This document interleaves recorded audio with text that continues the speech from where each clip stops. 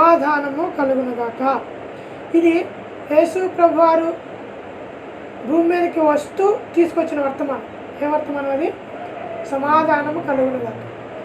తర్వాత యోహాను సువార్త 20 అధ్యాయము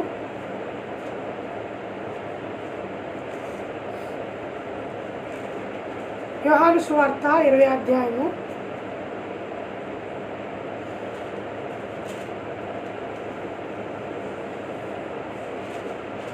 19వ వచనం చూడండి. మొత్తం అధ్యాయం మనకు టైం సరిపోదు.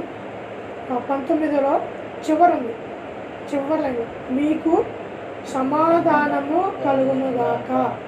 తర్వాత 26వ